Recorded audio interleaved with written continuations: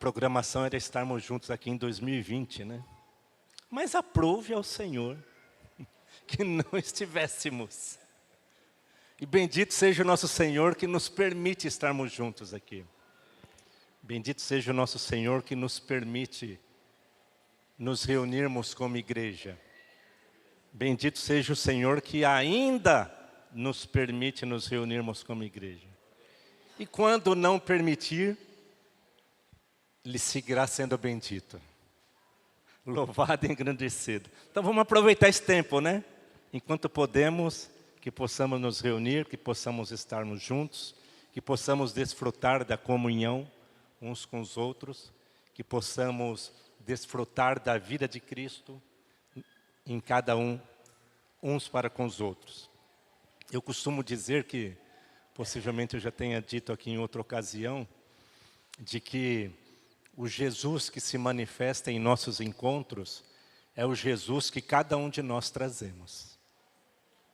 Então a manifestação da vida de Cristo em nossos encontros depende da manifestação da vida de Cristo em cada um de nós individualmente. Ao ponto de que os nossos encontros, eles passam a ser um reflexo de nossas vidas, do nosso dia a dia. E eu também costumo dizer que, talvez já tenha dito aqui também, que a nossa casa é o nosso laboratório. Tudo começa na nossa casa. Tudo começa na nossa casa. Portanto que nos encontros da igreja, sejamos tal qual nós somos em nossas casas. Também que em nossas casas, sejamos tal qual nós somos nos encontros da igreja. Porque nisso está a beleza da vida de Cristo, manifesta em cada um dos seus filhos. Aí está a beleza. O Vini, ele usou uma expressão ontem na fala dele, dizendo que a palavra de Deus, ela tem que trazer reflexão a nós. Quando falamos da palavra de Deus, ela tem que trazer reflexão. Então, o que está no meu coração, aqui, creio que o Senhor assim colocou em meu coração para transmitir, para nós compartilharmos juntos aqui, é algo para trazer reflexão em nossas vidas. Eu quero falar um pouco sobre a reflexão quanto à nossa conversão. Reflexão quanto à nossa conversão. Quando estávamos sentados aqui, eu lembrei de um texto, até que eu mostrei para o Vini ali, que é 1 Tessalonicenses 5:23. Eu não lembrava a referência, mas não lembrava o endereço, mas lembrava o versículo, né?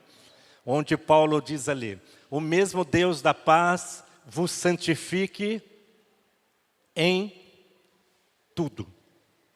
Em tudo.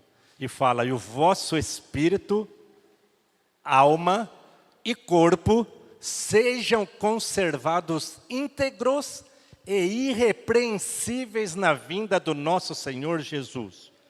De maneira que não tem como, na nossa vida com Deus, na nossa vida em Deus, não tem como desassociar espírito, alma e corpo. Mesmo porque terão que estarem conservados íntegros e irrepreensíveis na vinda do nosso Senhor Jesus. Na vinda do nosso Senhor Jesus. E hoje pela manhã, também eu me lembrei de uma oração da oração chamada oração do Pai Nosso. Do Pai Nosso, mas eu queria destacar algo ali, quando Jesus fala, portanto vós orareis assim, Pai Nosso que estás no céu, santificado seja o vosso nome, e depois está em Mateus 6, 9 e 10. Mas ao final fala, venha a nós o quê? O vosso reino. E seja feita a vossa vontade. Observemos aquilo que oramos. Estamos falando a Deus. Venha o teu reino. Estamos falando a Deus. Seja feita a tua vontade. E o que é o reino de Deus, que nós sabemos? O reino de Deus é o quê? É o governo de Deus sobre a vida do homem. Quando falamos homem, homem, homem, mulher. O reino de Deus é o governo de Deus. Ou seja, de maneira que, a partir do instante que entregamos a nossa vida ao Senhor, nós passamos a fazer parte deste governo, do reino de Deus. E estando debaixo desse governo, do reino de Deus, ou seja, vindo o reino dele, agora fazer a vontade dele. Isso é só uma introdução para nós seguirmos falando a cada um de nós, refletirmos sobre a nossa conversão. Eu queria, também me lembrei hoje pela manhã, Mateus 24:13, um versículo bastante conhecido. O primeiro 12 fala, e por se multiplicar a iniquidade, o amor de quase todos, ou de muitos, vai o quê? Se esfriar. Se esfriar. Mas o 13, Jesus fala, aquele porém, quem? Aquele porém que perseverar até o fim, esse será salvo. Ou seja, quem vai ser salvo? Quem perseverar até o fim. Não é uma vez salvo, salvo para sempre. E até vou dizer aqui, não é uma vez crido, crido para sempre. O apóstolo nos fala para nós desenvolvermos a nossa salvação com temor e tremor. Ou seja, então a nossa salvação tem que ser desenvolvida. Ou seja, isto se dá no dia a dia. Não se dá ou não se deu somente naquele dia que fomos tomados pelo Espírito Santo, que nós fomos compungidos para enxergar a pessoa de Jesus de uma maneira na qual nunca havíamos enxergado. Não se dá somente naquele momento, onde cada um de nós aqui, nós lembramos, aqueles que foram colocados em Cristo, lembra daquele dia. Lembra daquele bendito dia, né? Que entregamos as nossas vidas ao Senhor. Então aqui o Senhor fala, aquele que perseverar até o fim, vai ser salvo. Vamos ler Mateus 7, do 21 ao 23. Mateus 7, do 21 ao 23. São versículos bastante conhecidos. Graças a Deus que nós não corremos atrás de novidades, né? Graças a Deus por isso. Como é bom a gente ouvir as mesmas coisas, né? Como a Bíblia fala, é segurança, né? É segurança para nós. Nós não precisamos de novidade, precisamos de profundidade. Nos aprofundar naquilo que o Senhor é e naquilo que o Senhor tem falado. Mateus 7, do 21 ao 23. Jesus diz, nem todo o que me diz, Senhor, Senhor, entrará no reino dos céus. Vírgula. Aí ele fala quem é que vai entrar no reino dos céus. Mas aquele que faz a vontade do meu Pai que está nos céus. Ou seja, então Jesus é bem claro aqui. Aliás, se tem uma coisa que Jesus sempre foi, ele foi muito claro. Ele nunca deixava as pessoas sem o devido entendimento. Nunca deixava. Ele sempre era claro. Nem todo que me diz Senhor, Senhor entrará no reino dos céus, mas aquele que faz a vontade do meu Pai que está nos céus. Ou seja, quem vai entrar no reino dos céus? Aquele que faz a vontade do Pai. Não tão somente aquele que diz Senhor, Senhor.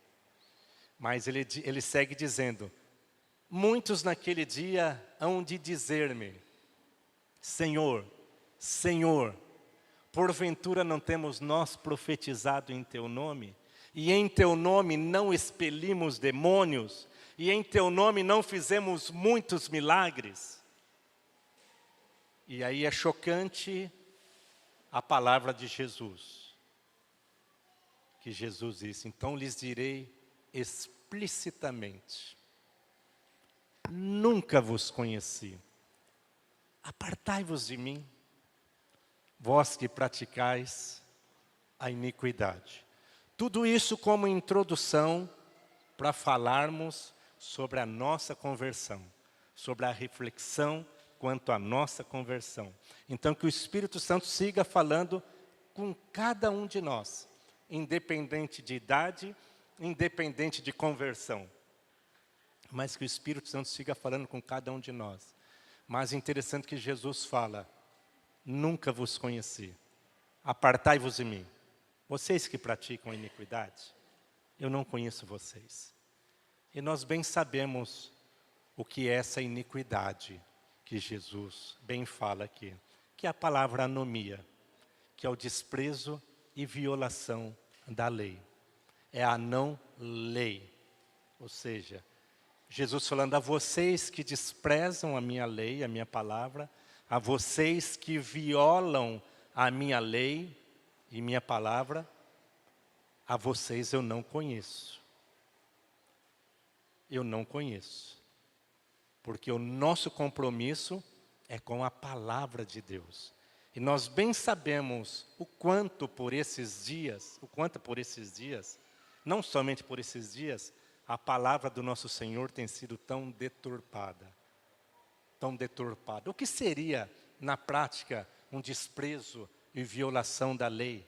O que seria, na prática, essa iniquidade que o Senhor está falando aqui, que Ele disse, apartai-vos de mim, vocês que praticam a iniquidade. Irmãos, há um reino, há um governo, há um Senhor.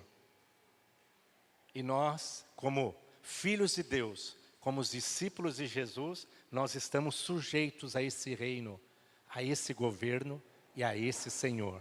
De maneira que é a vontade dEle que prevalece sempre, sempre. Quanto à anomia, quanto à iniquidade, ou seja, que é o desprezo, a violação da palavra dEle, isso entrou no meio da igreja de uma maneira avassaladora ao longo dos anos. Quero dar um exemplo muito conhecido para todos nós aqui, quanto ao divórcio, né, e novo casamento. Como isso entrou no meio da igreja? Aí, de maneira que, de repente, podemos ouvir de alguém, peraí, mas você está me dizendo isso, mas eu tenho paz. A minha consciência está tranquila. Aí eu lembro de uma frase que o meu companheiro, um dos companheiros, Onício, fala, né? Que a consciência não é autoridade. A autoridade é a palavra de Deus. É a palavra de Deus. Ou seja, e muitos estão sendo enganados.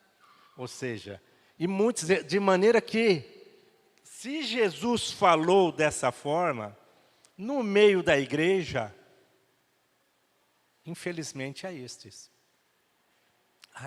que não estão de fato sujeitos à autoridade dele. Ou seja, esse texto, irmãos, ele deve nortear as nossas vidas.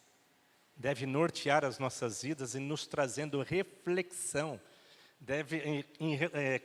Com respeito à nossa relação como igreja, como eu, você, cada um de nós estamos vivendo. A partir daquele momento que nos convertemos, a partir daquele momento que entregamos a nossa vida ao Senhor, como nós temos nos comportado e como nós temos vivido. Eu digo isso de fato para trazer reflexão, embora logo mais à frente eu quero destacar algumas coisas, mas isso mexe diretamente com cada um de nós. Com cada um de nós, a nós homens, a nós maridos, a nós como pais, as mulheres, como esposa, como mães, aos filhos, na relação como igreja, mexe com cada um de nós, sem exceção. Sem exceção. Ou seja, então, não é pelo tanto de alguém dizer Senhor, Senhor, que vai entrar no reino dos céus. E também não é pelo tanto, de repente, quantos demônios essa pessoa já tenha expelido, já tenha expulsado. Não é pelo tanto. Isso faz parte da caminhada de um discípulo, sim. Nós não somos, brincando aqui, caça-fantasmas, né? Vamos aí buscar demônios. Não, nós não somos. Mas quando surge, na autoridade que há no nome de Jesus, sai. Tão somente assim, tão somente assim. Então, pesa para nós o fato de que Jesus disse a estes: eu não os conheço, apartem-se de mim. Pegando uma frase que Marcos Moraes fala, né, quanto à multidão dos perplexos. Eu tenho certeza que você, nós não queremos estar entre estes, que Jesus vai dizer: apartai-vos de mim. Eu não quero estar. E não quero que nenhum de vocês estejam também. Não quero que a minha casa esteja entre estes que Jesus vai dizer: apartai-vos de mim. Muito pelo contrário, tenho certeza que você, nós queremos ouvir do nosso Senhor: vinde, benditos do meu Pai. É isso que nós queremos ouvir. Mas para nós ouvirmos isto lá, o que determina é a nossa vida aqui hoje e a nossa perseverança. Eu me lembro, no ano de 2009, no velório de um irmão meu de sangue, nesses momentos, às vezes, faltam palavras, né? Mas eu me lembro que alguém chegou até mim e falou como que uma palavra de consolo: que Deus o tenha num bom lugar. Que Deus o tenha num bom lugar. E meu irmão, ele foi velado no salão da Igreja Batista, onde frequentávamos, né? E ali, em algum momento, eu tomei a palavra e disse mais ou menos assim, né? Em momentos como esse, as pessoas, por vezes, falam que Deus o tenha num bom lugar, mas eu disse: para que esteja nesse bom lugar, o que determina isso não é esse momento aqui, foi toda a trajetória de vida. De maneira que, eu disse, eu não sei se meu irmão está nesse bom lugar. Eu não sei. Seja porque o que determina é a nossa vida, é o dia a dia. Não somente aquele dia: não, entreguei a minha vida para Jesus. Não, agora estou salvo, uma vez salvo para sempre. Interessante que Paulo, falando aos Gálatas, quando falando das obras da carne e dos frutos do Espírito, Gálatas 5, mas quando ele fala das obras da carne, ele relata ali, ele fala: a respeito das quais eu vos declaro, como outrora já vos preveni. Ele disse que não herdarão o reino de Deus os que tais coisas praticam. E ele estava dizendo ali à igreja da Galácia, ele estava dizendo ali aos irmãos, não estava dizendo aos incrédulos. Ele disse: os que tais coisas praticam não vão herdar o reino de Deus. De maneira que a nossa confiança está em fazer aquilo que Ele nos confiou para fazer. A nossa confiança está em vivermos aquilo que Ele nos deixou para viver, aquilo que Ele, como Senhor, neste reino, aquilo que Ele determinou. Ele disse: aqueles que fazem a vontade de meu Pai que está nos céus. São esses o que vão herdar o reino dos céus. Aí eu pergunto, seguindo na nossa reflexão: de quem você tem feito a vontade? Pensa aí agora. Cada um de nós, pensa aí agora. De quem você tem feito a vontade? A sua vida hoje.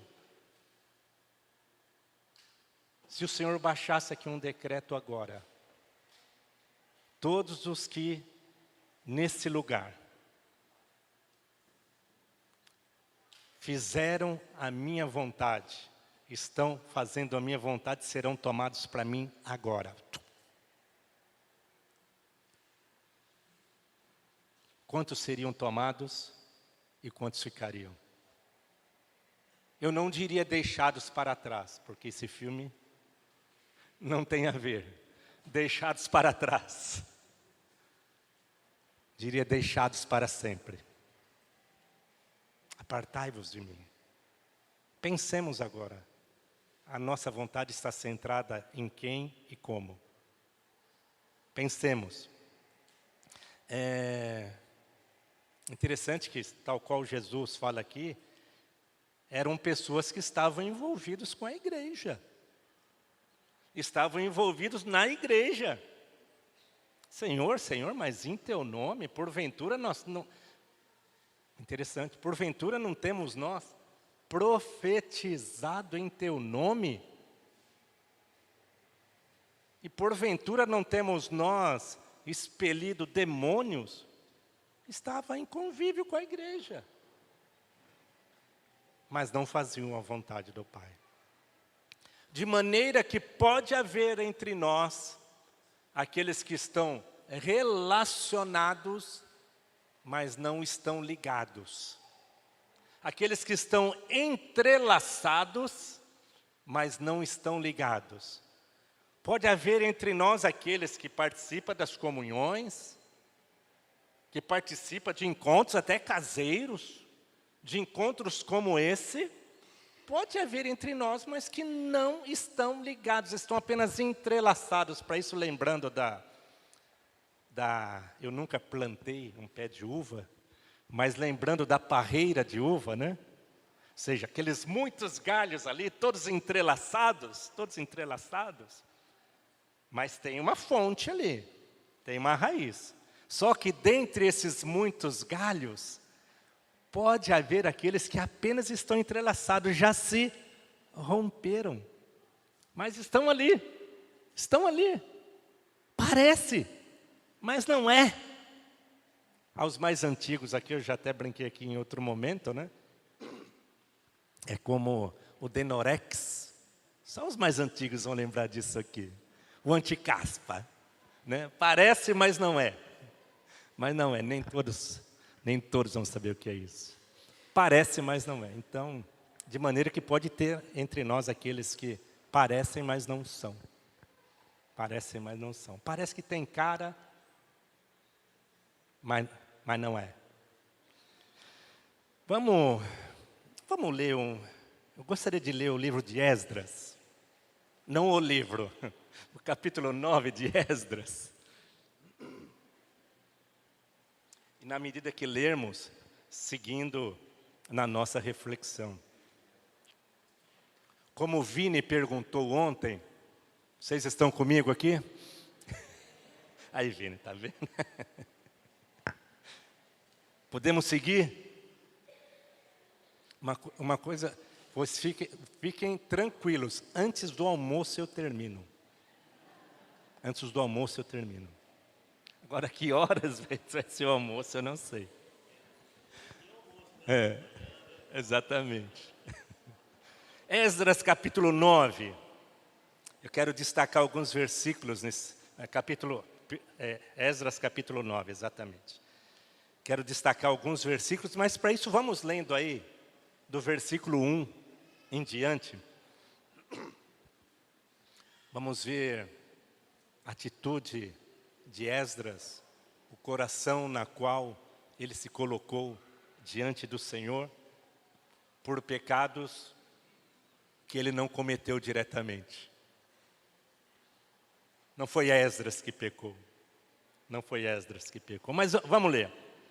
Acabadas, pois, estas coisas, vieram ter comigo os príncipes, dizendo: o povo de Israel e os sacerdotes e os levitas não se separaram dos povos de outras terras com as suas abominações. Isto é, dos cananeus, dos heteus, dos ferezeus, dos jebuseus, dos amonitas, dos moabitas, dos egípcios e dos amorreus.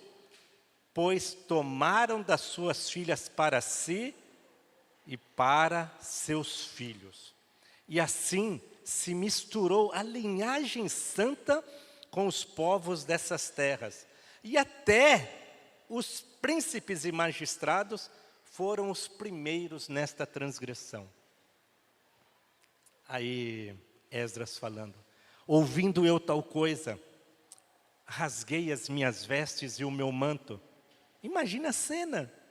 E arranquei os cabelos da cabeça e da barba. e me assentei atônito. Esdras teve um entendimento claro da parte do Senhor quanto à transgressão do povo. Que eles se misturaram com esses povos e suas abominações, as quais o Senhor havia dito, não se misturem. Versículo 4. Então se ajuntaram a mim todos os que tremiam das palavras do Deus de Israel, por causa da transgressão dos do cativeiro. Porém eu permanecia sentado atônito até ao sacrifício da tarde. Na hora do sacrifício da tarde, levantei-me da minha humilhação com as vestes e o manto já rasgados, me pus de joelhos, estendi as mãos para o Senhor, meu Deus, e disse, meu Deus, estou confuso e envergonhado para levantar a ti a face, meu Deus. Porque as nossas, olha o que Esdras fala, as nossas, foi Esdras que pecou diretamente, mas ele diz, porque as nossas iniquidades se multiplicaram sobre a nossa cabeça, e a nossa culpa cresceu até aos céus. O 7. Desde os dias de nossos pais até hoje estamos em grande culpa, e por causa das nossas iniquidades fomos entregues, nós, os nossos reis e os nossos sacerdotes, nas mãos dos reis de outras terras e sujeitos à espada, ao cativeiro, ao roubo e à ignomínia, à vergonha, como hoje se vê. Agora, por breve momento, se manifestou a graça da parte do Senhor nosso Deus, para nos deixar alguns que escapem e para dar-nos estabilidade no seu santo lugar, para nos alumiar os olhos, ó nosso Deus, e para nos dar um pouco de vida na nossa servidão, porque somos servos, porém na nossa servidão não nos desamparou o nosso Deus, antes estendeu sobre nós a sua misericórdia, e achamos favor perante os reis da Pérsia, para nos reviver, para levantar da casa do nosso Deus, para restaurar as suas ruínas, e para que nos desse um muro de segurança em Judá e em Jerusalém. Agora veja o 10. Agora, ó nosso Deus, que diremos depois disto? Esse está sendo o clamor, foi o clamor de Esdras a Deus. Agora, ó nosso Deus, que diremos depois disto? Pois deixamos os teus mandamentos que ordenaste por intermédio dos teus servos, os profetas, dizendo, a terra em que entrais para possuir é terra imunda, pela imundícia dos seus povos, pelas abominações com que na sua corrupção a encheram de uma extremidade à outra. Por isso, não dareis, a palavra que Deus havia deixado claro pelos profetas. Por isso, não dareis as vossas filhas a seus filhos, e suas filhas não tomareis para vossos filhos, e jamais procurareis a paz e o bem desses povos. Para quê? Para que sejais fortes, e comais o melhor da terra, e a deixeis por herança a vossos filhos para sempre. Então, Esdras rasgou suas vestes, se humilhou perante o Senhor, como diz ali, atônito ao ponto de arrancar os cabelos, arrancar a barba, ou seja, pecamos. Mas o 13 ele diz, depois de tudo que nos tem sucedido, por causa das nossas más obras e da nossa grande culpa, e vendo ainda que tu, ó nosso Deus, nos tem castigado menos do que merecem as nossas culpas. Vendo que tu, ó nosso Deus, depois, ele fala aqui, depois de tudo que nos tem sucedido por causa das nossas más obras e da nossa grande culpa, e vendo que tu, ó nosso Deus, nos tem castigado menos do que as nossas obras, menos do que merecem as nossas iniquidades. E ainda nos deste esse restante que escapou. Tornaremos a violar mandamentos e aparentar-nos com os povos dessas abominações? Ou seja, Esdras falando, depois que tudo o que sucedeu, depois de todas as nossas iniquidades, e vendo que o Senhor nos tem castigado menos do que merecem as nossas iniquidades, dizendo, e nós vamos tornar a aparentar-nos com esses povos? Como que Esdras dizendo, não, Senhor, depois dessa tua grande misericórdia, o Senhor nos tem castigado menos do que as nossas iniquidades merecem.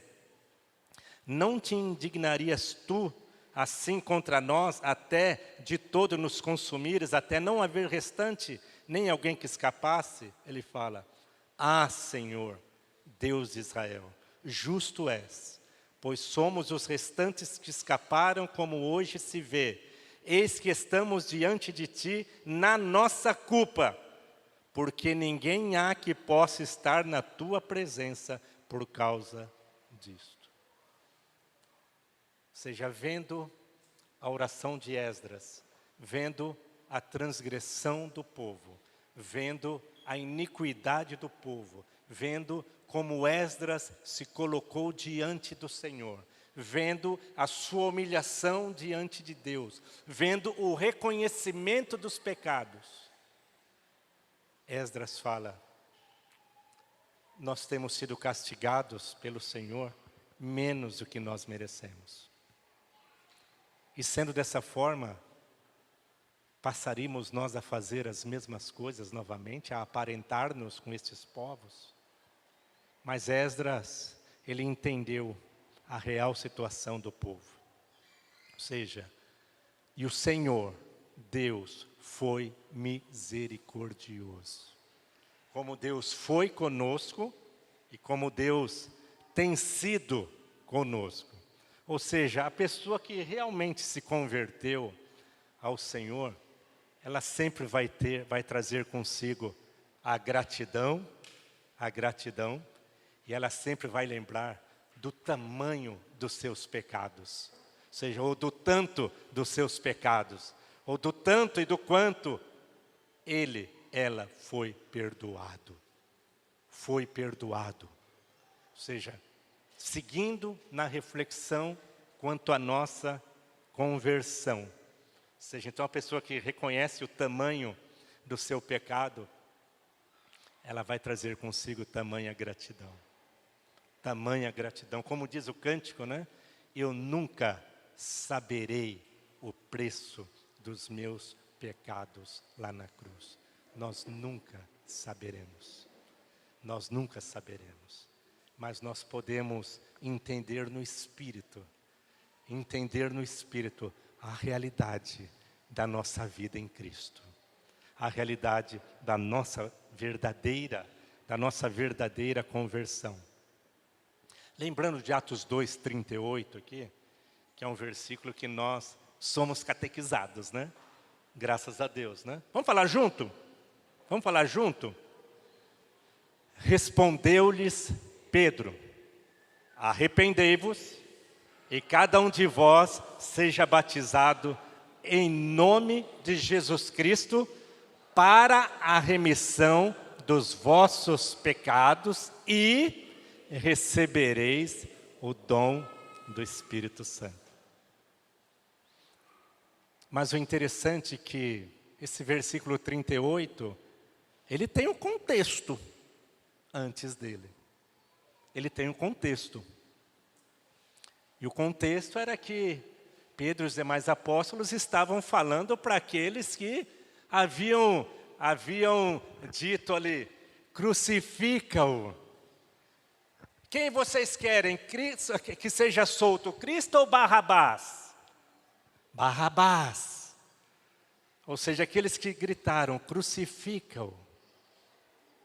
E ali no que ocorreu ali no Pentecostes, ou seja, o Espírito Santo tomou a Pedro e os demais apóstolos, ao ponto deles falarem, esse Jesus que vocês crucificaram, Deus o ressuscitou. E agora, Ele é Senhor. Ele é Senhor. Mas no versículo 37, Quando o Espírito Santo conduz os apóstolos ali, Pedro, a estarem proclamando sobre a pessoa de Jesus, falando sobre a autoridade, sobre a soberania de Jesus. Mas no versículo 37, diante de tudo aquilo que aquele povo ouviu, ali fala: compungiu-se-lhes o coração. E perguntou a Pedro e aos demais apóstolos, e perguntaram: que faremos, irmãos? Que faremos? Então, ali, em todo o contexto, Pedro falando de Jesus. E nesse momento, os apóstolos perguntaram. Ou melhor, perguntaram aos apóstolos: o que faremos, pois, irmãos? Foi quando ele disse: arrependam-se, arrependam-se. É surpreendente quando estamos pregando o Evangelho. Muitos de nós já passamos por essa experiência. Quando estamos ali anunciando a pessoa de Jesus, e a gente usa um termo, né? E a ficha cai. Ou seja, a pessoa recebe aquilo no Espírito, começa a ver a Jesus de uma maneira na qual nunca havia visto, começa a enxergar a si mesmo de uma maneira na qual nunca tinha se enxergado. Ou seja, Jesus é enaltecido de tal forma, e juntamente com isso, esse contraste da pessoa de Jesus com aquela pessoa, leva a pessoa a enxergar seus próprios pecados. Aquilo que era normal, deixa de ser normal, passa a ser anormal. Aquilo que era comum, deixa de ser incomum, agora é incomum. Aquilo não serve mais. Não serve mais. E quando a pessoa se rende ao Senhor, fala: eu quero o Senhor. Eu quero o Senhor. Eu preciso do Senhor na minha vida. Eu preciso do Senhor. Logo ali existe essa convicção de pecado. O compungir, ou seja, essa convicção é tomado por essa ação do Espírito Santo. Agora, e tudo isso que estamos falando, irmãos, estamos falando para nós. Estamos falando para nós, porque houve um momento em nossas vidas que nós fomos compungidos. Houve um momento em nossas vidas que passamos a vivenciar um contraste entre a nossa vida e a vida de Cristo. Entre a nossa vida perversa e a santidade de Jesus. Então, tudo isso estamos falando para nós. Ou seja, para que esse mesmo sentimento que fomos acometidos naquele dia, naquele bendito dia, seja um sentimento que nós vivamos e convivamos com ele todos os dias. Todos os dias. Não ficou somente para o entrar na porta. Glória a Deus, entramos na porta. Mas agora é o caminho. E no caminho é o mesmo Espírito. No caminho é o mesmo sentimento. No caminho é o mesmo desejo de agradar ao Senhor. No caminho é a mesma convicção. É a convicção de entrega, de renúncia. No caminho.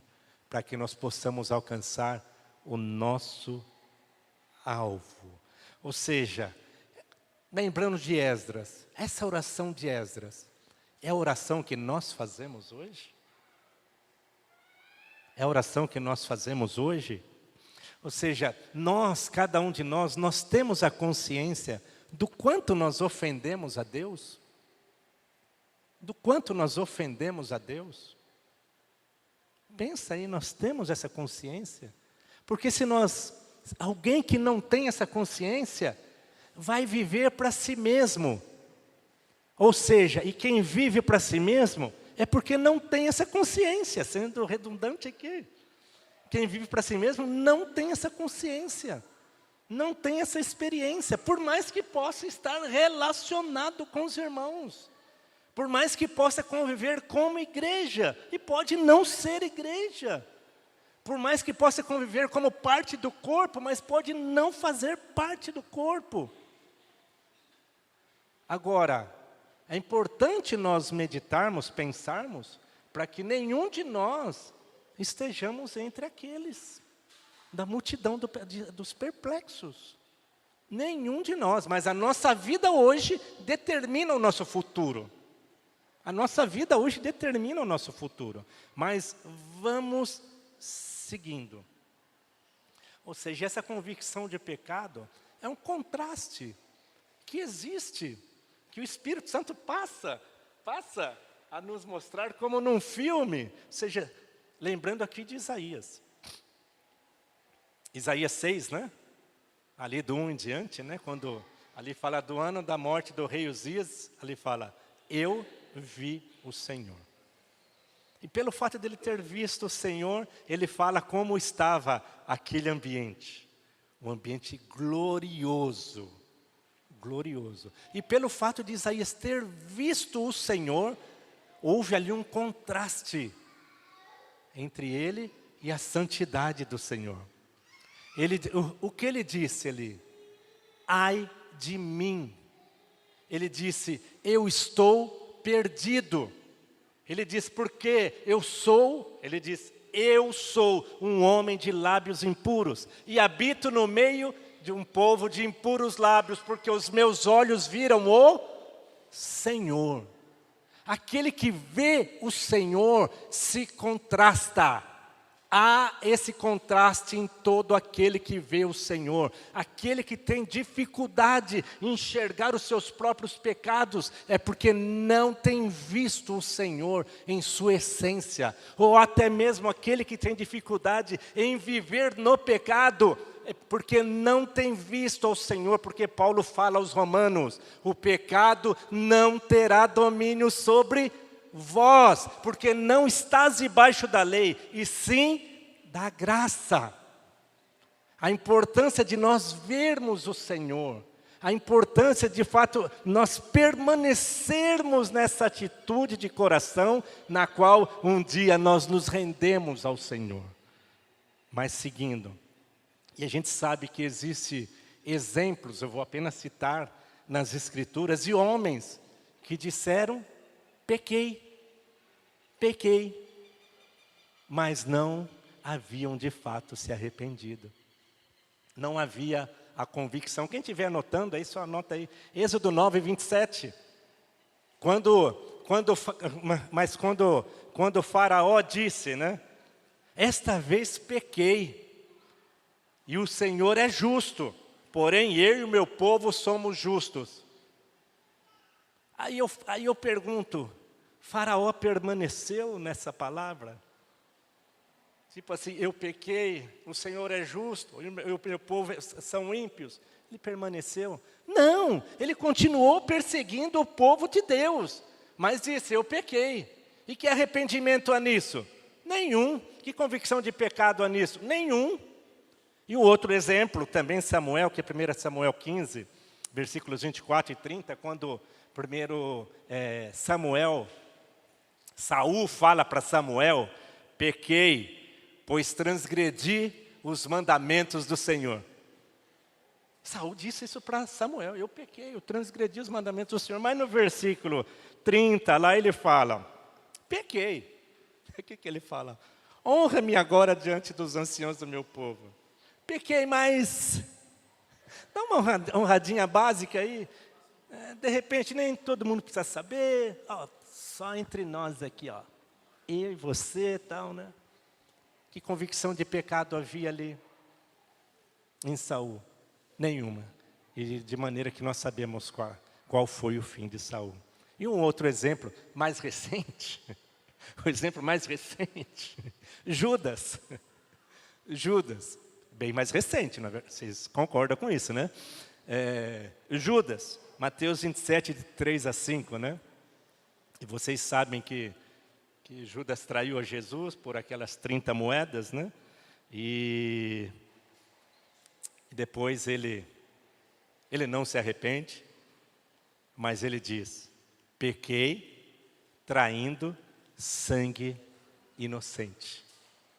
Agora, houve arrependimento na vida de Judas? Também não. O que ele fez? Saindo dali ele foi, atentou contra a própria vida, se enforcou. Então, não é tão somente pelo fato de dizer, pequei, me perdoa. Ou seja, tem uma vida por detrás disso. Ou seja, tudo se evidencia através de frutos. Esses homens, Faraó, Saul, Judas, não estavam debaixo de convicção de pecado. E logo, por não estarem debaixo de convicção de pecado, não viram o Senhor. Ou podemos dizer ao contrário também. E pelo fato de não terem visto o Senhor, não estavam debaixo de convicção de pecado. O contrário também é verdadeiro. Eu apenas vou citar aqui para nós, que são texto conhecido, Mateus 3, de 4 a 10, falando sobre João Batista.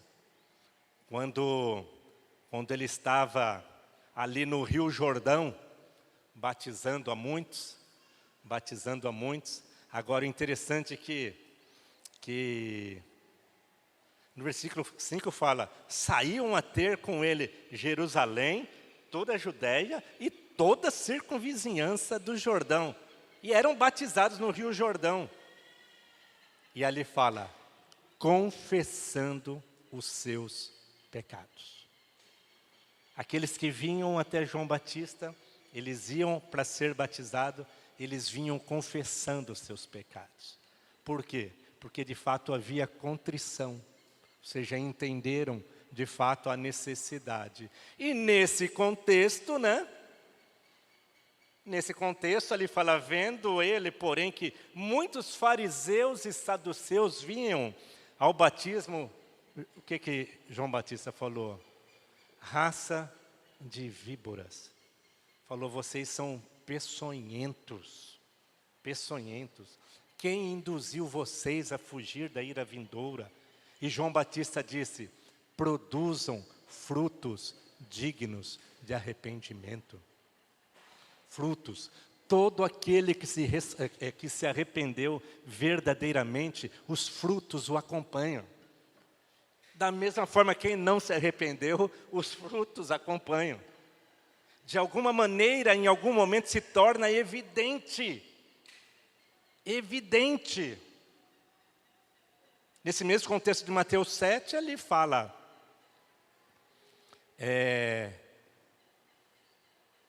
toda árvore que não produz bom fruto, ele a corta. Aliás, não é Mateus 7 que eu estou citando aqui não. Ele a corta e lança no fogo.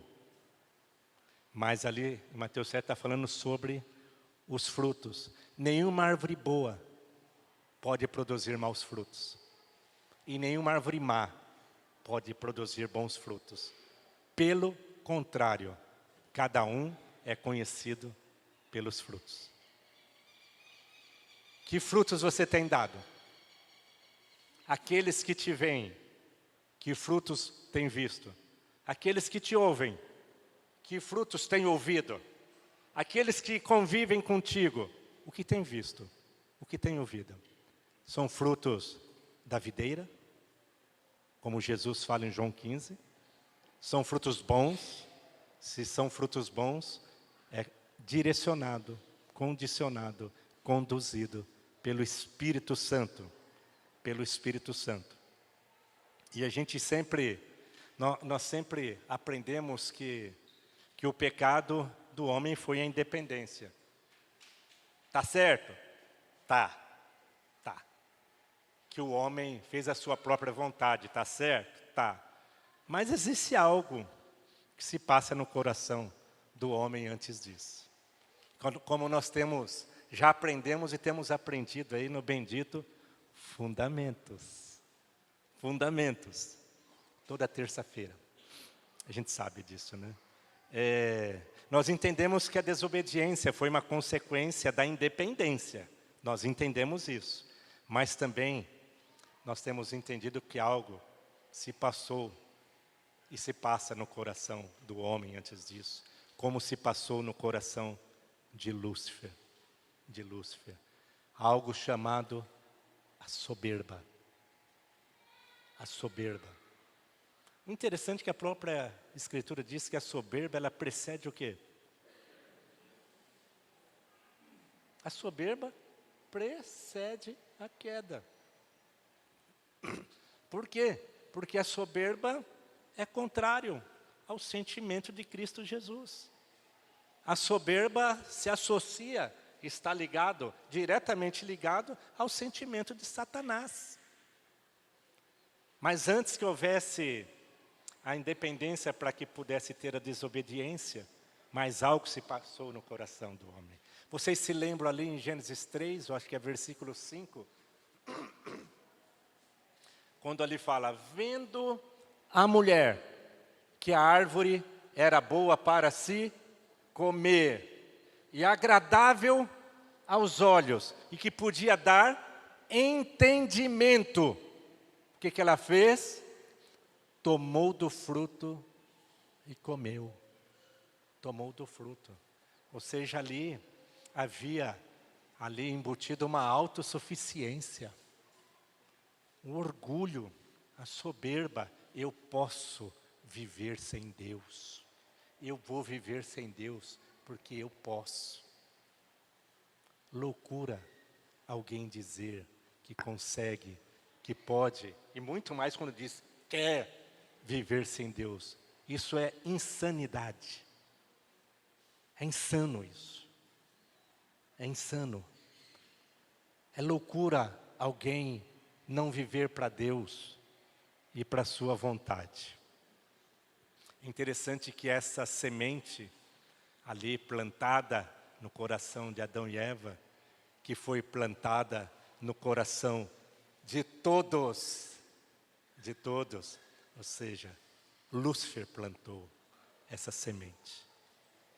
E como por conta disto, muitos têm seguido seus próprios caminhos, não se apercebem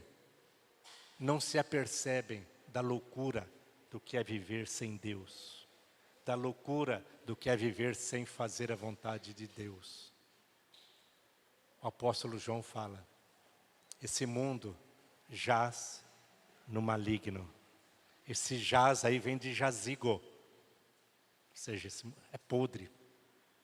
É podre. Mas o próprio Jesus disse, também ali, voltando um pouco em Mateus 7, o próprio Jesus fala sobre dois caminhos, o estreito e apertado e o largo e espaçoso.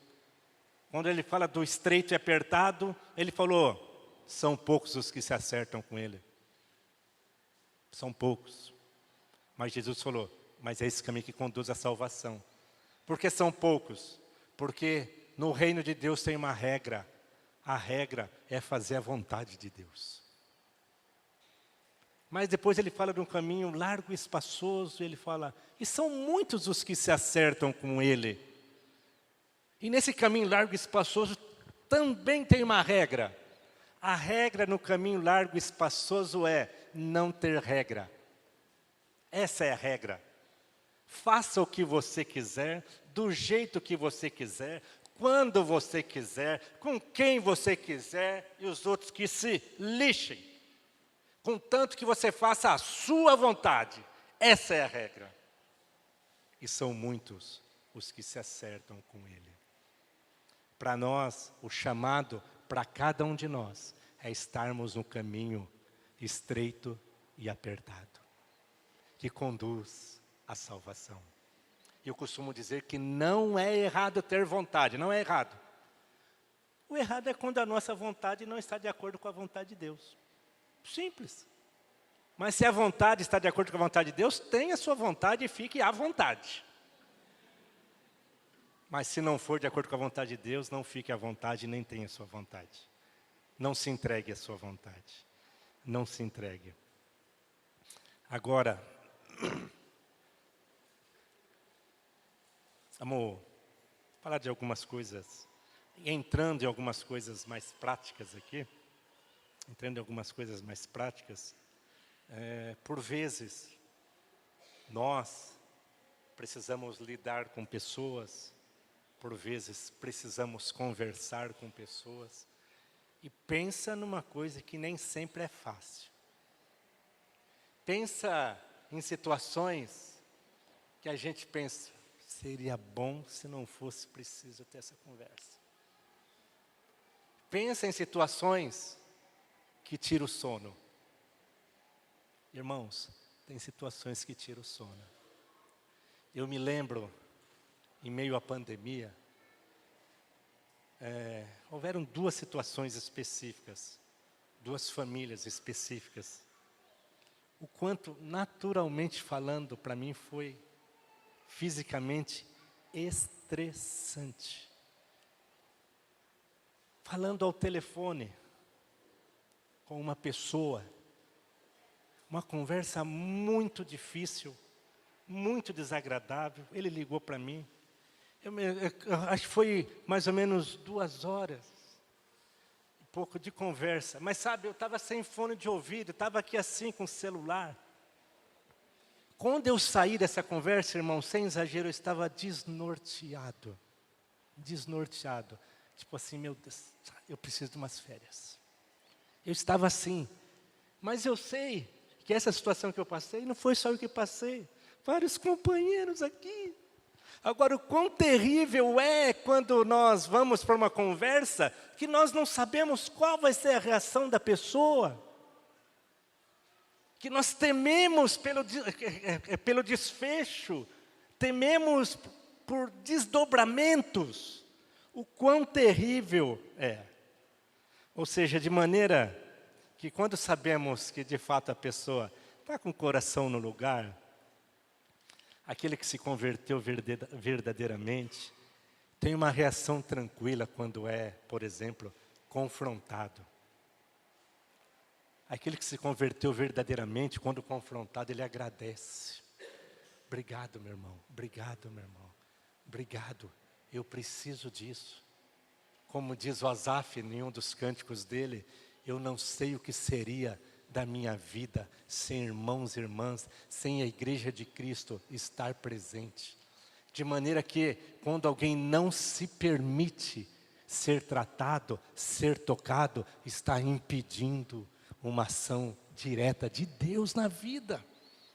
E quando vamos conversar para aquele que se converteu verdadeiramente, é um alívio.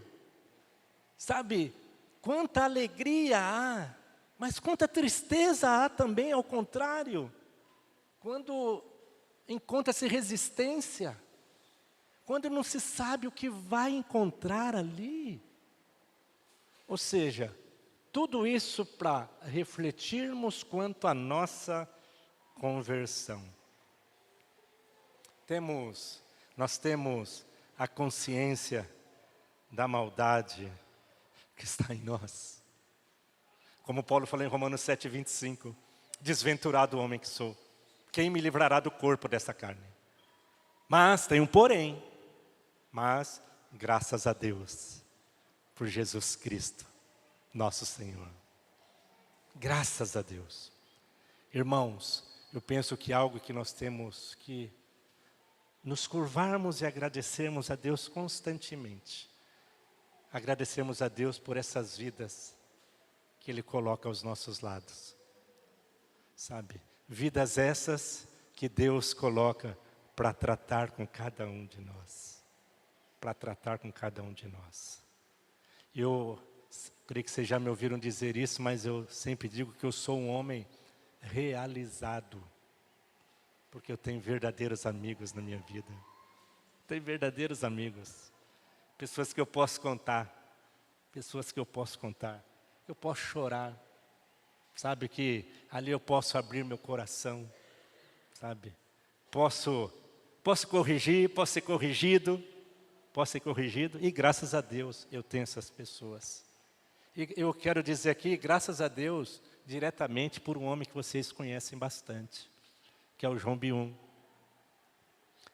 Nosso companheiro, meu companheiro. Para isso eu quero abrir um pequeno parênteses aqui.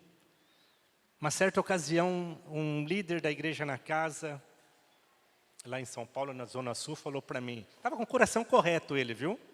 Graças a Deus.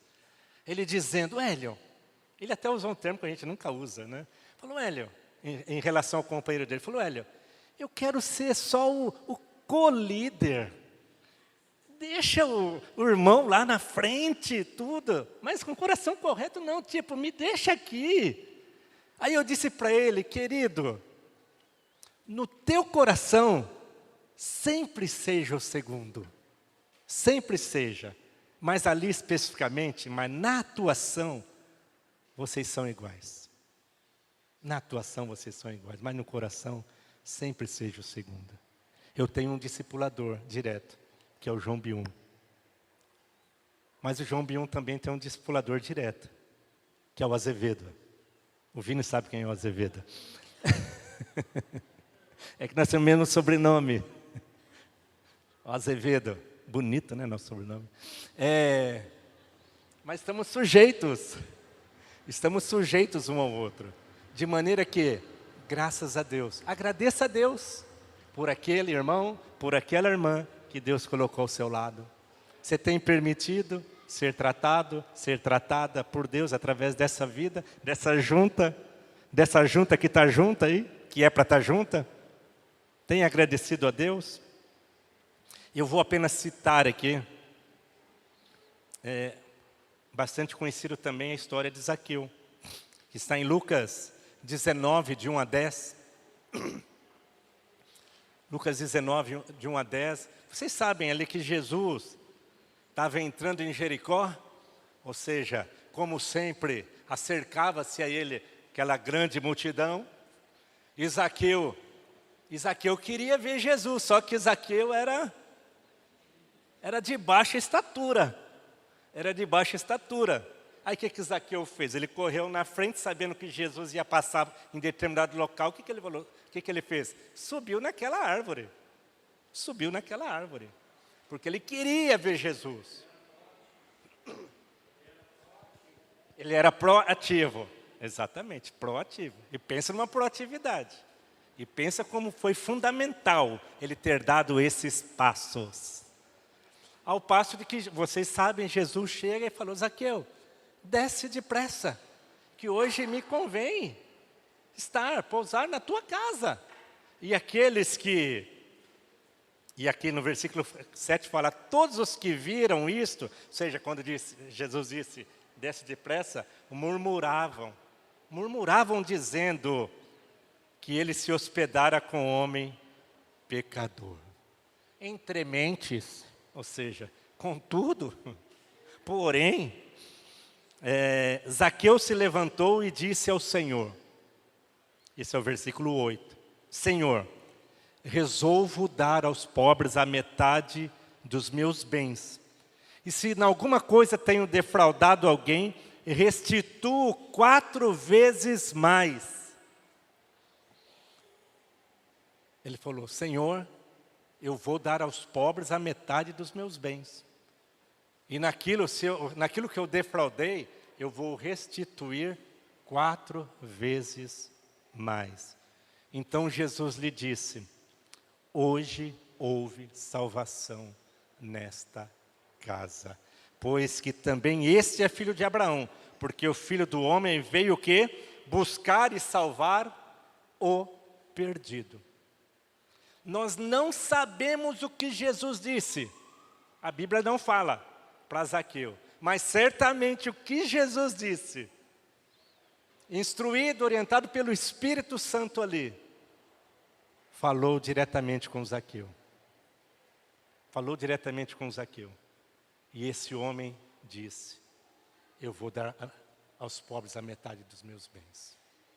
E no que eu defraudei, no que eu roubei, eu vou restituir 4 vezes mais. Interessante, 4 vezes mais. Agora, o que houve ali?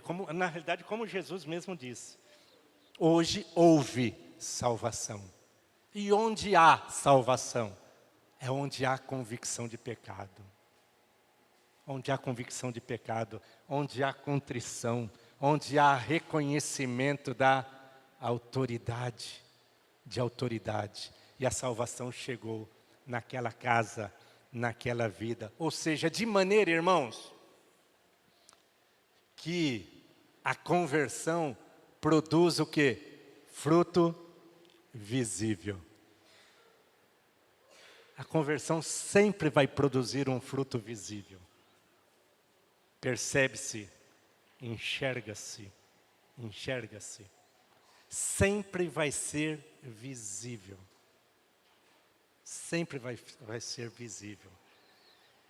E agora, esse tipo de conversão nos ajuda, de fato, a entender o que se passa com alguém que era filho do diabo e passa a ser filho de Deus. Zaqueu era o quê? Um ladrão, um usurpador, um corrupto. Talvez tenha outros sinônimos para tudo. Ou seja, para que Zaqueu era, mas o reino de Deus entrou ali.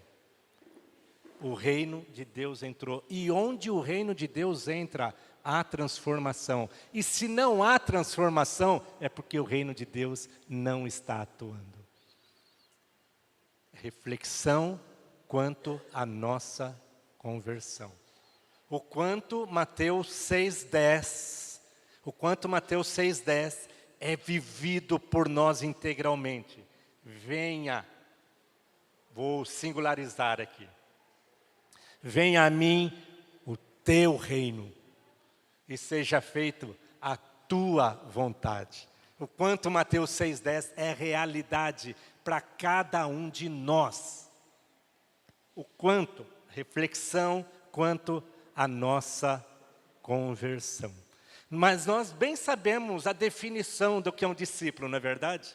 Ou seja, de repente fala, o que é um discípulo? Ah, discípulo é aquele que crê em tudo que Cristo disse, faz tudo o que Ele manda. O discípulo é aquele que ouve, aquele que pratica, ou seja, está tudo aqui, mentalizado. Mas com o decorrer dos anos, nós corremos o risco de perdermos a essência do que de fato é um discípulo. Corremos o risco. Temos uma definição, discípulo é isso. Discípulo é isso, discípulo é um aluno, discípulo é um seguidor, tal. Mas corremos o risco de perdermos a essência. E por vezes corremos o risco de seguirmos vivendo a nossa própria vida, nos acostumarmos com a nossa própria vida e não nos apercebermos que está havendo um desvio do padrão estabelecido por Deus. Porque quem estabeleceu o padrão foi o próprio Senhor. Ou seja, nós como pastores, presbíteros, líderes, nós não mandamos em ninguém. Não mandamos em ninguém. Ou seja, todos nós estamos debaixo da mesma autoridade. Só que Deus nos colocou como responsáveis. Só que nós vamos dar contas a Deus. Nós vamos dar contas a Deus. Ou seja, só que precisamos ser zelosos. E não é o nosso jeito. É como Jesus disse, João falando sobre Jesus, cheio de graça e verdade. Ou seja, então não é a nossa verdade, não é no nosso jeito. Não, basta a palavra de Deus. Ou seja, para falar essas verdades, eu não preciso aqui estar esbravejando ou gritando. Não preciso. Porque é a palavra de Deus, a palavra por si só, ela é suficiente. Ela é suficiente. Então, volto a dizer, por vezes, corremos o risco de que, no decorrer dos anos, os tempos se passam, nós perdermos a essência do que de fato é um discípulo, do que de fato é uma discípula, de como temos que nos comportar, de como temos que viver, ou seja, dentro daquilo que o Senhor estabeleceu. E existem pessoas que certamente foram batizados e também tomaram uma decisão de seguir Jesus. E há daqueles também que até são chamados e tratados como discípulos, mas são inoperantes. São chamados e tratados como discípulos, mas não têm uma vida condigna mesmo. Não tem. Não tem. Por isso que, sem definição, não há obra. Por isso que sem definição não há obra. É certo que as Escrituras falam que quando na consumação dos séculos, os anjos vão fazer separação entre o joio e trigo.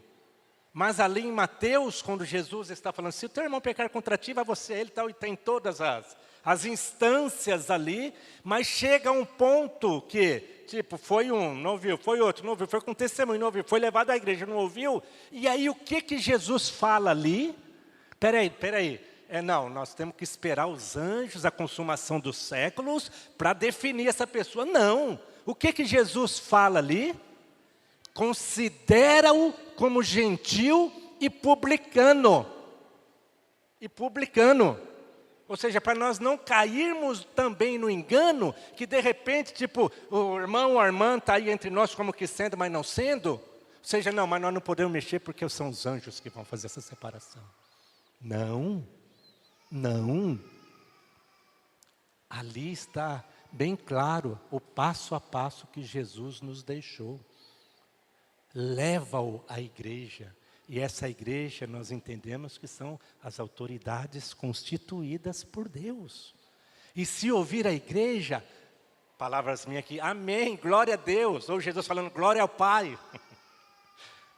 Mas se não o ouvir, considera-o como gentil e publicano. Percebemos o amor e o cuidado de Deus para com seus filhos, com seu povo, com sua igreja? Porque, tipo assim, não é pecou, tipo, pá, tá fora, chega. Não, tem o passo a passo. Tipo, chama para uma conversa. Se arrependeu, amém, glória a Deus. Aí Jesus fala, mas se não se arrepender, leva contigo uma ou duas testemunhas, ou seja, mais uma instância. Ou seja, a paciência de Deus. Ou seja, mas não ouviu você junto com as testemunhas, leva a igreja. Leva as autoridades, ou seja, mais uma instância, seja o cuidado de Deus, o amor de Deus. Deus é zeloso, Deus, Ele é fiel, mas Ele também é juízo. E terrível coisa é cair nas mãos do Todo-Poderoso. Então, irmãos, trabalhemos para não perdermos a essência do que é um discípulo, do que é viver como um discípulo. Vai comigo aí em Atos 19, versículo 18 e 19. Estou quase que concluindo aqui minha fala, talvez uma meia hora, 40 minutos aí. Esse é o quase que. Atos 19, versículo 18 e 19. O contexto de Atos 19, isso que nós vamos ler, é quando Paulo estava na escola de Tirano ali, né? E nesse contexto ali, uma coisa interessante, que havia ainda um pouco antes desses versículos, 7 homens inconsequentes ali, filhos de um tal chamado Seva, né? Acho que ele era sacerdote, né? Eu acho. E ali fala que esses 7 homens foram expulsar alguns demônios, ou tentar, né? Esconjuro-vos perante o Deus, o que ele disse? Que eles falaram? A quem Paulo prega. Ou seja, não conheciam ao Senhor. Estou expulsando vocês pelo poder do Deus que Paulo prega. O que os demônios falam? Jesus eu conheço, né? Acho que é isso, né? E Paulo eu sei quem é. E vocês, quem são? E ali relata que aqueles homens ali, eles levaram uma surra. E ficaram desnudos. Desnudos, né? E isso trouxe o quê? Temor. Temor aos que ficaram sabendo desse ocorrido. Aí a gente entra no versículo 18 e 19. Muitos dos que creram vieram confessando e denunciando publicamente as suas próprias obras. Muitos dos que creram vieram confessando e denunciando publicamente as suas próprias obras. Ou seja, confessando. Não queriam nem saber, o que eles queriam era o Senhor. Também muitos dos que haviam praticado artes mágicas, reunindo seus livros, os queimaram diante de todos. Calculados os seus preços, achou-se que montavam a 50.000 denários. Daqui a pouco a gente fala do denário. Mas aqui fala que dos que creram, muitos dos que creram vinham confessando e denunciando publicamente as suas más obras. Por que faziam isso? Porque estavam debaixo de uma ação do Espírito Santo. Porque viram o Senhor. E uma vez vendo o Senhor, eles reconheceram os seus próprios pecados. Ou seja, ali fala que haviam praticado artes mágicas. Ou seja, podia ter feiticeiros ali, e assim vai. Agora, aí, queimando os seus livros diante de todos. E pelo cálculo ali, esses livros poderiam chegar a 50 mil denários. Irmãos, um denário é equivalente a um dia de trabalho. Um dia de trabalho. 50 mil denários, quantos dias de trabalho? 50 mil dias. Se a gente pegar esses 50 mil dividido por 3,65, que é o ano, eu acho que vai dar 139 anos, eu acho. É dinheiro, irmãos? É muito dinheiro. Aquele que vê, que encontra o Senhor, ele paga o preço que for necessário para tê-lo. Está ali a parábola da pérola de grande valor. Ele paga o preço. Ou seja, supondo que de repente alguém se converte, mas esse alguém teve ali, ele adquiriu uma casa ilicitamente. Ele vai fazer o que for preciso para ficar livre do pecado dele. Ou seja, não importa se a casa é 1 milhão, mas ele vai na justiça e fala, olha, isso aqui eu roubei. Agora, se a justiça falar, fica para você, é diferente. Não importa. Ou seja, aquele que viu ao Senhor faz o que for preciso para tê-lo e fazer a sua vontade. Para tê-lo e fazer a sua vontade. Então, o Espírito Santo produziu essa convicção de pecado nesses homens. E esses homens, eles tomavam atitudes visíveis. Às vezes, não sei se já aconteceu com vocês, estamos pregando o Evangelho para alguém, e essa pessoa diz, mas eu quero, Senhor, mas ali, no fundo, a gente não está confortável. Tipo, Senhor, parece que está faltando alguma coisa aí,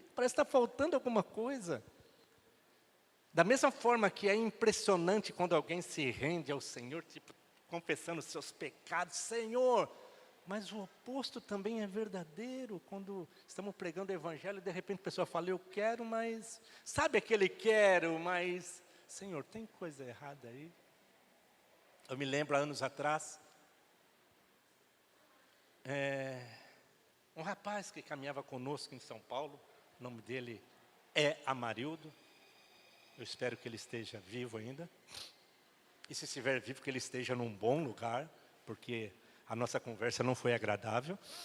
E esse rapaz se converteu, entre aspas, e estava caminhando entre nós, mas as atitudes dele não condizia com as palavras do Senhor estabelecido por Deus. Aí chamamos ele para uma conversa, o irmão e eu. E aí, nesse dia, irmão, sem exagero, eu quase apanhei. Que esse rapaz, que não é irmão, mas estava entre nós, ele se levantou com muita fúria para cima de mim. Porque eu disse para ele, o reino de Deus não é para você. Eu fui claro, o reino de Deus não... E quando eu disse isso, aí que se evidenciou mesmo que não era. Ele ficou muito furioso. Como você diz que o reino de Deus não é para mim? Começou a falar, sim, o reino de Deus não é para você, porque o reino de Deus é para pessoas mansas, humildes, sujeitas, e você não é um manso, você não é humilde, você não é um sujeito. Então o reino de Deus não é para você, não é para você. E esse rapaz se foi. E se foi, eu quero dizer aqui, não estranhem a maneira que eu vou falar aqui, se foi, graças a Deus. É melhor que se vá do que fique dando trabalho. Vá, siga o seu rumo, faz as suas próprias vontades, mas não fica empacando, não fica atrapalhando. E nesse caso aí, graças a Deus se foi. Mas o reino de Deus é para ele? É, mas se ele se converter verdadeiramente. O reino de Deus é para todos. O reino de Deus é para todos, sem exceção. Mas da mesma forma que também houve outra situação, que pregando o evangelho, o Alex e Florinda, um casal que estava em fornicação, já tinha uma filhinha, Kátia, e pregando o evangelho a eles, já sabia da situação, mas eu não vou chegar dizendo logo de cara, falar, você está numa situação ilícita. Não, tem que falar da pérola, né? Para que ele tenha com o que pagar, o porquê pagar o preço, né? E assim foi, falando da pérola, chegou um momento que ele falou, não, nós queremos entregar nossa vida a Jesus. Aí eu falei pro Alex, Alex, mas vocês têm uma coisa para fazer, mas eu não vou dizer não. Aí ele falou, eu sei, Hélio. Aí eu vou dizer aqui a expressão que ele falou para mim. Eu sei, Hélio, nós temos que separar as costelinhas. Ele usou esse termo para mim. Eu falei, exatamente isso, Alex. O corpo da Florinda não te pertence. Falei, Florinda, o corpo do Alex não te pertence. Vocês não são casados. Vocês têm que regularizar a situação de vocês diante de Deus. E assim foi feito. Regularizaram depois. E aí o que nós fizemos? Aí tem que ter aplicação também. Tem que ter aplicação. Ou seja, a parte prática. O que nós fizemos? Eles moravam quase em frente à casa de um outro casal, discípulos. E aí o que nós fizemos? Durante o dia, a Florinda passou a foi lá junto com a filhinha para casa, para estar lá por alguns dias, como diz, até os papéis correrem, né? Eles estavam torcendo para correr bem rápido, e até os papéis correrem, e foi lá para a casa do Jair e da Manu, ficou lá, dormia lá, e durante o dia, ela ia lá na casa, fazia faxina, deixava a comidinha pronta para o Alex, e voltava para a casa do Jair e da Manu. E de vez em quando, o próprio Alex ia ao jantar com eles lá, né? Porque estava com a família. E assim foi. Ou seja, tem que haver a prática. Tem que haver a prática. E assim foi. Depois de um mês, mais ou menos, se casaram. E foi uma festança lá e se casaram. O Alex e Florinda. Ou seja, mas... E a nossa conversão? Como você avalia a sua conversão? Hoje, diante de Deus. Como vocês avaliam? Aí eu até faço uma pergunta. Faço uma pergunta não, uma afirmativa. Pergunta para aqueles, ou para aquele, ou para aquela que está ao seu lado, como você tem sido? Pergunta. Pergunta para o seu discipulador, para a sua discipuladora. Pergunta como tem sido. Mas vamos aqui, é lógico que não dá para esperar coisa diferente, mas vamos aqui na sinceridade fazermos isso. Pós-retiro, ou mesmo hoje, pergunte.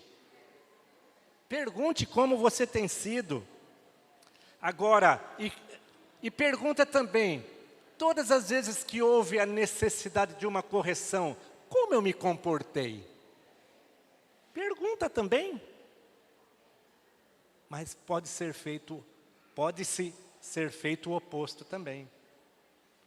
Você que está cooperando com a vida deste ou desta, diga a ele, a ela também, como você a vê, como você o vê.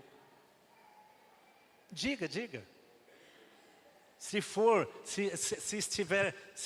este ou esta, nossa, olha, meu irmão, minha irmã, é prazer demais estar com você, porque você é sujeito, você é sujeita, nós não temos dificuldade, você é flexível, maleável, tal. Aí, elogia mesmo.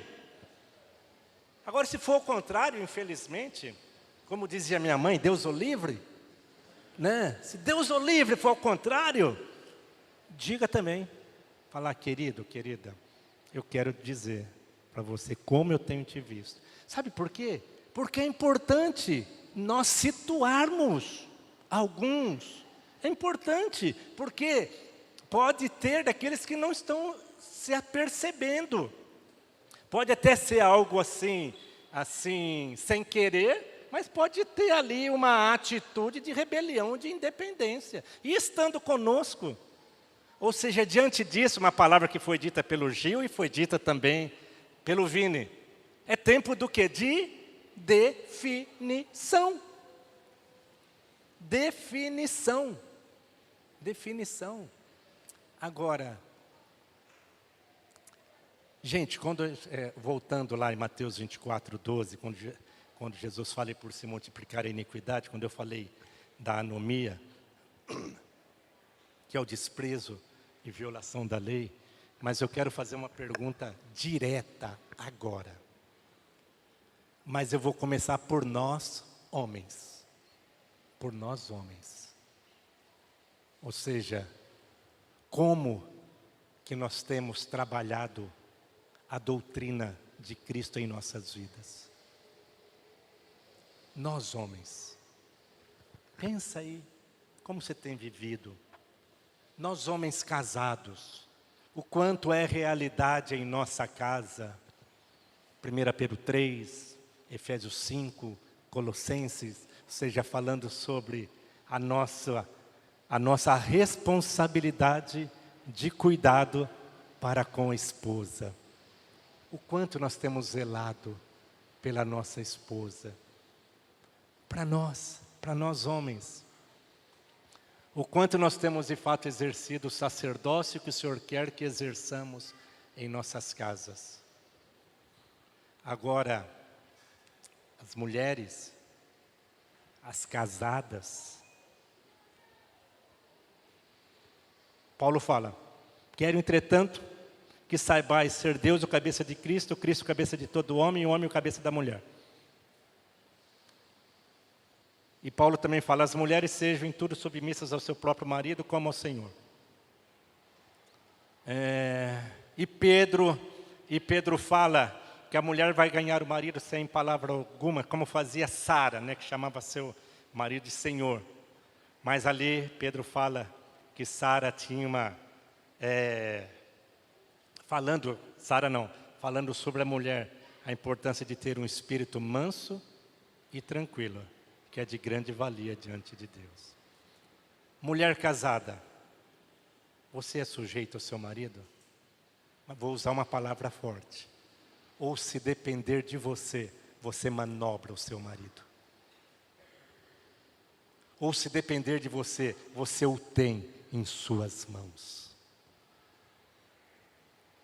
Você descansa na palavra dele? Você facilita? Você é uma facilitadora? Você é uma facilitadora ou seu marido por vezes tem que insistir, tem que buscar ajuda de um, buscar ajuda de outro? Você é uma facilitadora ou uma dificultadora? Uma dificultadora. Como você é? Como você é? Porque se mulher que não se sujeita ao marido, não está sujeita a Cristo. E alguém que não está sujeito a Cristo não faz parte. Não faz parte. Não há vida de igreja sem sujeição a Cristo. Não há. Isso é tão sério. Isso é tão sério porque infelizmente, não estou dizendo que há aqui, mas o feminismo tem entrado no meio da igreja. Só que com uma outra roupagem.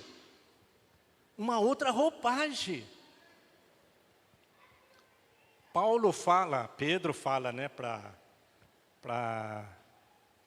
ali em 1 Pedro 3, falando aos homens, né, mas só para mim dizer o que eu estou pensando aqui, ele fala, maridos, vivei a vida comum do lar com discernimento, e tendo consideração para como, 1 Pedro 3,7, e tendo consideração para como a vossa esposa como parte mais frágil.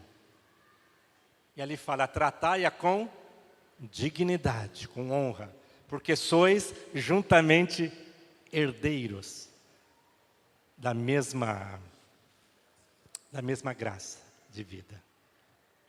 Mas ali fala, como parte mais frágil. Tem muitas mulheres que não querem ser frágeis. Não querem. Não querem. E tem muitas mulheres que não enxergam a submissão ao marido como as Escrituras orientam. Mas essas que têm dificuldade é porque trilham dentro de suas próprias vontades. Porque não se sujeitou plenamente. Não se sujeitou. Avaliando a nossa conversão. Avaliando a nossa conversão. E eu quero aqui quase que terminando. Então deixo todas essas perguntas para vocês aí, para todos nós, né? Para nós homens, para as mulheres. Mas também eu quero lembrar aqui de Efésios 6:1. Filhos, obedecei a vossos pais no Senhor, pois isto é justo. Honra teu pai e tua mãe, para que te vá bem. E fala, e sejas de longa vida sobre a terra, porque é o primeiro mandamento com promessa. Filhos, como vocês têm sido? Ou na medida que estão mais crescidinhos, já estão se achando? Pensa que já pode, pensa que já sabe, não é verdade? Não é verdade? Pensa que já sabe, pensa que é o dono da cocada, né? Pensa que é o cara, ou a cara. Mas como você tem sido? Sujeição e obediência aos pais é sinônimo de longevidade de vida. É sinônimo de longevidade de vida. Para que te vá bem. Então, filhos, analisa como tem sido a sua conversão. Ou até mesmo filhos que precisam se converter. Se convertam, em nome de Jesus. Aqueles que aqui estão, que ainda não tiveram essa experiência maravilhosa da entrega a Jesus, façam isso. Isso está no coração do Pai para você também. Então, filhos, rapazes, moças, meninos, meninas, avaliem como está a sua conduta. Como está a sua conduta em casa, na escola, no trabalho, durante o lazer, onde quer que esteja e o que quer que esteja fazendo, avalia como tem sido. Irmãos, eu teria mais versículo para falar aqui, mas eu quero concluir aqui, que para cada um de nós, com o passar dos anos, isso para todos nós, a nossa conversão será aprovada. Todos nós, sem exceção. Com o passar dos anos, a nossa conversão será aprovada. E na medida que surgirem as situações, ou seja, saber-se-á, ou seja, se saberá onde está o fundamento. Se está na rocha. Então pensemos nisso, avaliemos a nossa conversão, onde houver necessidades de ajustes, corramos atrás, onde houver necessidade de perdão, corramos atrás, perdoemos, e aqui lembrando de Hebreus 12, 14 e 15, o 14 fala, seguir a paz com todos é santificação, sem a qual ninguém verá o Senhor, ele fala, tentando diligentemente, porque ninguém seja faltoso, separando-se da graça de Deus. Ele fala, nem haja em vós raiz de amargura, que brotando vos perturbe, e por meio dela, muitos sejam contaminados. Então, irmãos, não permitamos falta de perdão, não permitamos raiz de amargura entre nós, sabe? Vivamos essa vida de corpo sadia, um corpo sadio, porque isso é o que o Senhor quer para nós. Ou seja, então, caso haja necessidade de algum ajuste, em nome de Jesus, corramos atrás para ajustar, sabe? Porque o Senhor vai vir buscar uma igreja santa, imaculada e sem defeito. E aí, quero lembrar de 1 Tessalonicenses 5:23, que eu falei no começo, né? O mesmo Deus da paz vos santifique em tudo, e o vosso espírito, alma e corpo sejam conservados íntegros e irrepreensíveis na vinda do nosso Senhor Jesus. Então, sigamos a paz com todos, a santificação, façamos o que precisar ser feito. Marido, precisa pedir perdão para a esposa? Peça perdão. Esposa, precisa pedir perdão para o marido? Peça perdão. Precisam pedir perdão para juntas, para aquele que está mais próximo, aquela? peça perdão, façam o que for preciso. Filhos precisam pedir perdão para os pais, peçam. Pais precisam pedir perdão para os filhos também, peçam também. Mas que nós tenhamos entre nós cada vez mais essa realidade da verdadeira convicção. Vivamos essa realidade da verdadeira convicção. Não percamos isso. E quero terminar aqui com Lucas 9:23, quando Jesus fala, dizia a todos,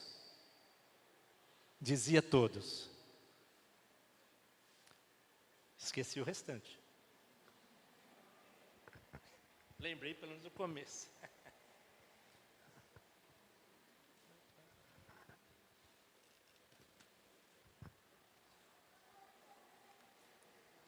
Dizia a todos, se alguém quer vir após mim, a si mesmo se negue, vírgula, dia a dia.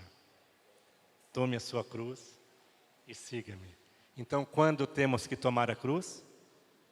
Dia a dia. Não foi somente no momento que nós nos convertemos, mas dia a dia. Mas ele fala, se alguém quer vir após mim, a si mesmo se negue. Tome a sua cruz. Veja, a si mesmo, ou seja, a nossa vida é um constante negarmos-nos a nós mesmos. Porque temos vontade, mas as nossas vontades não podem nos dominar. Temos que sujeitá-las à vontade do nosso Deus, para que venha o reino dele sobre nós. E Salmos 37:5 fala, entrega o teu caminho ao Senhor, confia nele, e o mais ele fará. Mas aí passa por uma entrega. Então entrega e confia. Entrega e confia. Que a parte dele, ele faz. Mas para isso nós temos que nos entregar. Entregarmos as nossas vidas nas mãos dele. Direta e efetivamente ao controle dele.